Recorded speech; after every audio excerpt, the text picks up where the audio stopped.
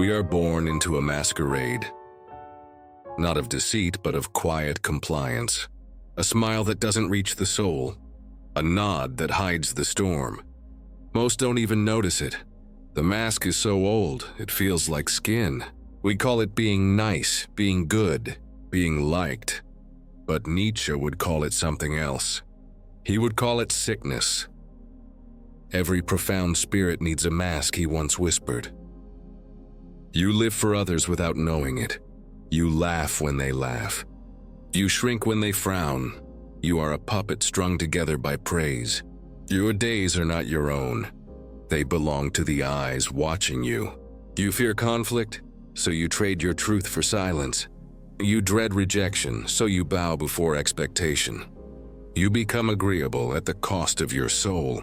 Nietzsche saw this and wrote, "The weak are always forced to lie. And what is people-pleasing but a gentle lie, whispered daily until it becomes your name? You think you are being kind, but you are being tamed. The domestication of man, that's what Nietzsche feared most. He looked at the good citizen, the pleasant neighbor, the humble worker, and he saw chains, 1,000 invisible obligations, woven into a smile. You play a role written by others, and you mistake it for virtue. But kindness without authenticity is cowardice in costume. And Nietzsche had no patience for cowards. He urged us to ask, what if the greatest danger is not hatred, but comfort? The comfort of being liked, the comfort of never offending, the comfort of disappearing. What if your soul was not meant to obey, but to ascend? The will to power, not over others, but over the small self that kneels. Nietzsche's vision was of a human who stands tall, even in storms. Not a tyrant, but an artist of the self. One who dares to sculpt their soul with fire and blood. Become who you are, he urged. But you cannot become anything while asking for permission. The people pleaser has not died. They've gone digital, filtered smiles, applause in emojis. Lives edited to win hearts but lose the self. We've turned our inner truth into content, and we call this connection. But Nietzsche warned us, he who cannot find the path within will wander the world in chains. And our chains now glow blue. Glorious, addictive, but still chains. To kill your inner people-pleaser is not cruelty. It's birth. The birth of a soul that no longer kneels. Not to others. Not to the algorithm, not even to its old self. But how do you begin? First see the mask, then feel the weight of it, then set it down, gently or with fire, and step forward, not to be liked, but to be free. If this made you pause, if a thread in your mind began to unravel, there is more. More forgotten truths. More voices that dared to think differently. Subscribe and step deeper into the current beneath the world. Join the rebellion, the thought rebellion. There is a whisper that follows you. You hear it when you say no. You feel it when you speak out. Guilt, not the guilt of doing wrong, but of disobeying the script. You were trained to be soft, to yield, to say yes. So when you choose yourself, it feels like violence. But it's not. It's resurrection. The old you must die for the real you to rise. Guilt is not your enemy. It's proof you're breaking free, but the world won't celebrate. It will punish. With silence, with distance, with disappointment.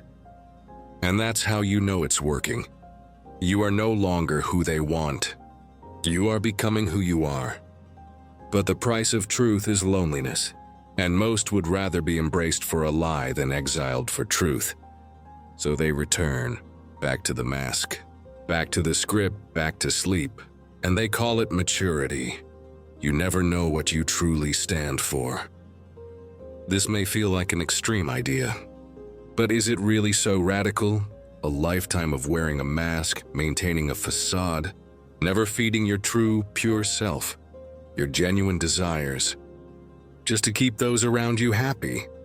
What if you simply stopped? What if you discovered there are others out there who live unapologetically, day by day, not concerned with how they're perceived? What a happier, more joyful human they must be. You might find that such a person radiates a quieter kind of joy, one that draws others in, spiritually, emotionally, even physically. Maybe that kind of authenticity is what people are truly attracted to. That initial loneliness doesn't seem so terrible after all, does it? You need to rediscover your true self. For example, think of a child playing freely, dancing, singing, just for the sake of it. Watch them enjoy something so simple so much and thought to yourself, I wish I could be more like that. Do you think your people-pleasing shell is standing in the way of those innocent, honest emotions? Nietzsche would almost certainly say, it is. And it's not just joy that your people-pleasing front may be holding hostage. It could be stifling your creativity. That raw, untamed part of you that wants to write, paint, speak out, build something bold, or chase an unconventional path. The version of you that isn't afraid to fail, because they know failure is just part of creating something real. When you live to please, you censor yourself before the world even gets the chance. You might bite your tongue, shrink your ideas, or pass up opportunities that don't align with what others expect of you. And in doing so, you're not just protecting others from discomfort. You're protecting yourself from growth, from the kind of life that feels fully lived. The more you deny your truth to make others comfortable, the further you drift from the person you were meant to become. What might that version of you look like? The one who stopped asking for permission. Think about it. Common examples. Have you ever said yes when your soul begged you to say no? Not because you cared, but because you were afraid to disappoint. A friend asks for help. You're exhausted, but you smile and say, of course, no problem. And afterward, you're bitter. Not because they used you, but because you abandoned you. That is the secret wound of the people-pleaser. It looks kind. It feels noble, but it breeds resentment. Nietzsche would say, he who despises himself still respects himself as one who despises. Loathing is a kind of twisted pride. Let's go further. A family member pressures you to follow their dream, not yours. You nod, you comply, you become a shadow in their image. But one day you wake up, and the mirror has no reflection. That's not love, that's silent suffocation. Then there's this, you're in a group. Everyone agrees on something you feel is wrong. You stay silent. You fear becoming the outsider. But Nietzsche warned, the individual has always had to struggle to keep from being overwhelmed by the tribe. If you speak, you may be alone. If you don't, you'll be false. So you swallow it, again, and again, and again, until your truth dies of neglect. But something else is born in that silence. Self. Betrayal. And it echoes in your chest, in your sleep, in your smile. And now, you don't even need others to betray you. You do it to yourself, automatically, effortlessly. That's how deep the mask goes. But here's the wild part. It's not too late. You can still choose truth. Even now. Even shaking. Even if your voice trembles. Let it tremble. Let it roar, but let it be real. Because nothing burns like the pain of a life unlived. Let's tear off the mask together. Do yourself a favor and become a part of the Cogito rebellion. Stop holding on to your people-pleasing self. You owe it to yourself and to everyone around you.